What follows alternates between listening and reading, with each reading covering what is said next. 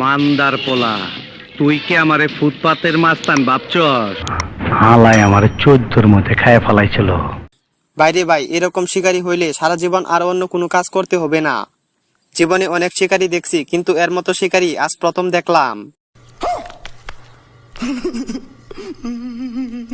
শিকার করতে এসেও দেখছি ঘুষ খাইতেছে, মানে মানুষের লোক কতটা দেখছেন। মান্দার পোলা, তুই কি আমারে ফুটপাতের মাস্তান ভাবছস? কি বললি? এই কুত্তার বাচ্চা, তুই কি বললি? আস্তে আস্তে বাদ দিয়ে দেবো ভাই, আমি আর এই জগতে থাকবো না। এরকম শিকারী প্রতিটা ঘরে ঘরে হওয়া উচিত। সরাইয়া ব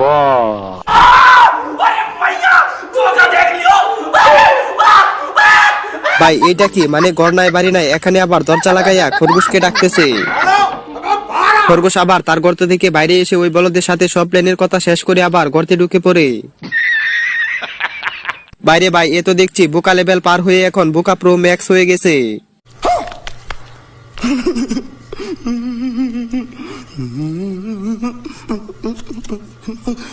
মানে সেই দরজাটাকে আবার আগের মতো বাস করে নেয়। বিশ্বাস করি না, আমি বিশ্বাস করি না। চল চল চল চল, গাড়ি স্টার্ট কর।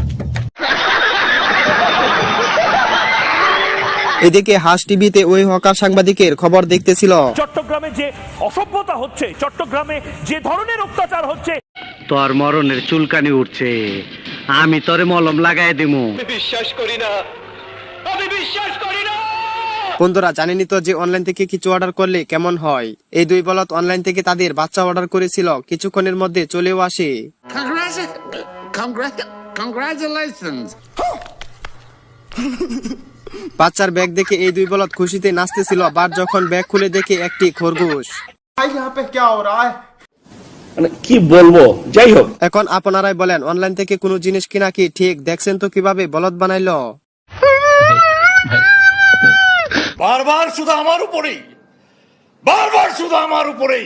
মান্দার পোলা, তুই কি আমারে ফুটপাতের মাস্তান ভাবছস? মানে হনুমানের বাচ্চা না দিয়ে খরগোশ এনে দিয়েছে। ও ভাই, ये क्या है?